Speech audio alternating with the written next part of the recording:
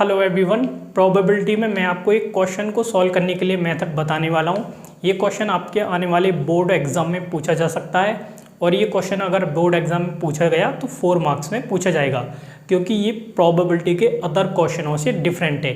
तो देखिए, इस क्वेश्चन को पढ़ते हैं पहले, फिर मैं आपको आगे की चीज़ें बताऊँगा। क्या कहा गया है इस क्वेश्चन में?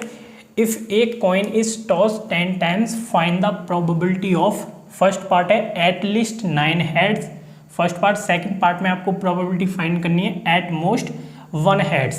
तो देख लिया होगा आपने क्वेश्चन, जो प्रोबेबिलिटी के अब तक आपने क्वेश्चन सॉल्व किए हैं उनसे ये डिफरेंट है, लेकिन इसको सॉल्व करना इजी है। बाइनोमियल डिस्ट्रीब्यूशन से ये क्वेश्चन सॉल्व होते हैं, एट लीस्ट और एट मोस्ट वाले। एक क्वेश्चन को सॉल्व करना जान लीजिए, बाकी सभी क्वेश्चन एक ही तरह से सॉल्व होते हैं।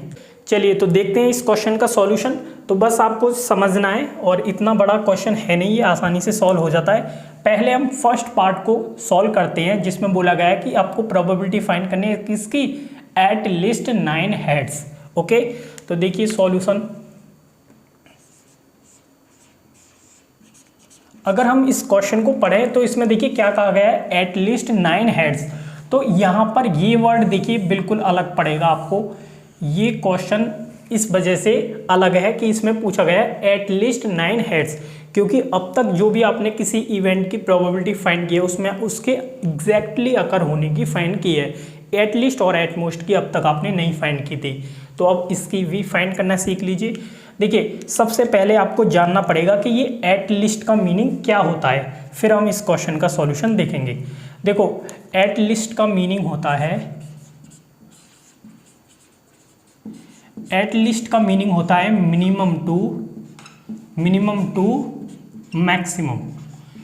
अगर आपको एट लीस्ट लिखा हुआ मिलता है तो आपको क्या करना होता है, मिनिमम से मैक्सिमम तक जाना होता है। ओके, तो इसमें देखिए मिनिमम क्या होगा, इसमें मिनिमम होगा 9 और मैक्सिमम क्या होगा 10। अब देखिए सारी चीज़ें यहाँ पर मिल जाएंगी, बट इस क्वेश्चन को सॉल्व करने के लिए जैसा कि मैंने बताया बाइनोमियल डिस्ट्रीब्यूशन यूज़ होता है। तो आपको बाइनोमियल डिस्ट्रीब्यूशन आना चाहिए, उसमें जो फॉर्मूला है वो आपको पता होना चाहिए। वैसे मैंने बाइनोमियल डिस्ट्रीब्यूशन को डीपली पढ़ाया हुआ है, आप जाकर वीडियो देख सकते हैं चैनल पर, बट मैं आपको बता देता हूँ जो फॉर्मूला यूज़ होता है। देखिए, बाइनोमियल डिस्ट्रीब्यूशन में हम किस तरह की प्रोबेबिलिटी फाइंड करते हैं। अगर आपके किसी रैंडम एक्सपेरिमेंट में total number of trial n है और कोई इवेंट e है जो x टाइम अकर होती है, उसकी अगर आपको प्रोबेबिलिटी फाइंड करनी हो तो वो क्या होती है, प्रोबेबिलिटी ऑफ e बराबर होगी NCx p की पावर x इंटू क्यू की पावर 1 माइनस एक्स, जहाँ q होता है 1 माइनस पी। ओके, तो कोई इवेंट e है जो x टाइम अकर होती है, उसकी प्रोबेबिलिटी कैसे फाइंड करते हैं हम, NCx p की पावर x इंटू क्यू की पावर 1 माइनस एक्स। p यहाँ पर क्या होता है, इवेंट e के एक बार अकर होने की प्रोबेबिलिटी। ओके, तो ये बस यूज होना है इसमें। अब यहाँ पर देखिए, देखो x की वैल्यू हम क्या क्या लेंगे। सबसे पहले आप देखिए, एट लीस्ट का मीनिंग मैंने आपको बताया कि मिनिमम से मैक्सिमम की ओर जाना है। तो इसमें ये कहा गया है कि कम से कम, यानी कम से कम 9 हेड आने चाहिए। केवल इन्होंने कम से कम के लिए कंडीशन लगाई है, ज़्यादा से ज़्यादा कितने भी आ जाएं। ओके, उसके लिए तो इन्होंने कुछ नहीं कहा। तो हम ज़्यादा से ज़्यादा कहाँ तक जा सकते हैं, 10 तक जा सकते हैं। ओके, कॉइन को 10 बार टॉस किया है तो हम ज़्यादा से ज़्यादा 10 तक तो जा सकते हैं, यानी अगर हमारे 9 हेड आ गए तो ये हमारी कंडीशन फुलफिल हो जाएगी। 10 आ गए तब भी हो जाएगी, क्योंकि 10 आएंगे तो उसमें 9 हेड तो आ ही जाएंगे और ये भी हमारी कंडीशन फुलफिल हो जाएगी। तो यहाँ पर 2 केस बनेंगे इसलिए। तो देखिए वही फॉर्मूला यूज होगा। यहाँ पर आप देख लीजिए, तो n की वैल्यू देखिए, टोटल नंबर ऑफ ट्रायल ये रहे, n की वैल्यू तो 10 है।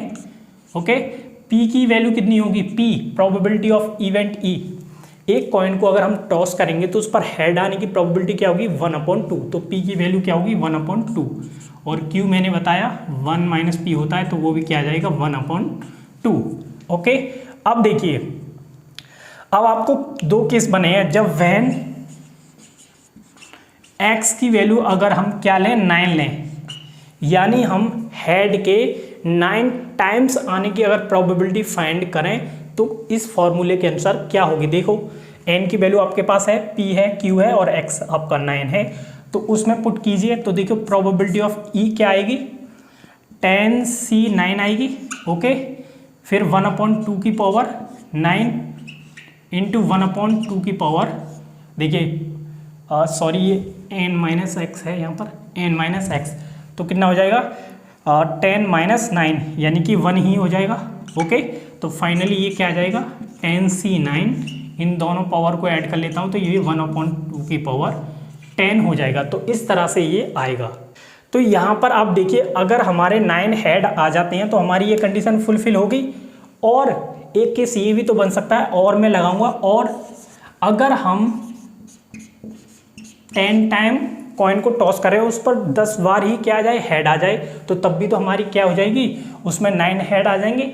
तो x की वैल्यू अगर मैं 10 लूँ यानी हेड आने के 10 टाइम्स की प्रोबेबिलिटी फाइंड करूँ उसके अनुसार, तो देखिए क्या होगी प्रोबेबिलिटी ऑफ e बराबर हो जाएगी 10 हो जाएगी एंड 1/2 की पावर ये 10 हो जाएगा। उसमें पुट कीजिए दोनों वैल्यू तो ये यही आएगा। तो देखिए या तो ये वाला केस बन जाए और ये वाला बन जाए, दोनों में से कोई सा बन जाए, हमारी ये वाली कंडीशन फुलफिल हो जाएगी। तो ध्यान रखना यहाँ पर देखो क्या आया है वर्ड और का मतलब हिंदी में आप जानते हो या होता है या। तो आप पढ़ो इसको, या तो ये केस बन जाए या फिर ये। तो हमारे पास क्या है चॉइस, और जहाँ पर चॉइस होती है वहाँ पर आपको करना होता है ऐड। ओके, तो ध्यान रखना और वर्ड आए मैथ में तो आपको क्या करना है ऐड, और ज़रूर यहाँ पर क्या मिलेगी आपको फिर चॉइस मिलती है। ओके, तो बस अब इन दोनों केसों को ऐड कर देते हैं तो हमारी फाइनल प्रोबेबिलिटी आ जाएगी। तो जितने भी केस बनेंगे उनको आपको फाइनल क्या करना है ऐड करना है। तो लास्ट में प्रोबेबिलिटी ऑफ इवेंट ई बराबर आ जाएगा, दोनों केसों को ऐड कर देते हैं हम। तो देखिए मैं इसको और इसको ऐड कर रहा हूँ तो ये 1/2 की पावर 10 तो बाहर आ जाएगा, 10c9 ये कॉम्बिनेशन है आपका, और 10c10, तो इनको सॉल्व कर लेते हैं बस आंसर आ जाएगा। 10c9 कितना होगा 10/1 होगा, प्लस 10c1 कितना होगा ये 1 होगा। ओके, तो ये आ जाएगा 11/2⁻10, यही हमारा आंसर हो जाएगा। तो इस तरह से इस क्वेश्चन को सॉल्व करना है। तो मैं आपको देखिए दोबारा से समझा देता हूँ, आपको ये बाइनोमियल डिस्ट्रीब्यूशन यूज़ करना है और आपको मिनिमम से मैक्सिमम की ओर जाना है। तो मिनिमम कौन सा होगा जो एटलिस्ट के साथ नंबर दिया हुआ है वो क्या यूज़ करना है, आपको मिनिमम यूज़ करना है। अब यहाँ पर आपके क्वेश्चन में कुछ भी हो सकता है, और मैक्सिमम कहाँ तक जाना है जहां तक उस रैंडम एक्सपेरिमेंट में टोटल नंबर ऑफ ट्रायल होंगे, तो वो होगा आपका मैक्सिमम। तो x की वो वैल्यू आपको ले जानी है मिनिमम से मैक्सिमम की ओर, और इस तरह से जो भी केस बने उन्हें बना लेना और फाइनली उनको ऐड कर देना, आपका आंसर आ जाएगा।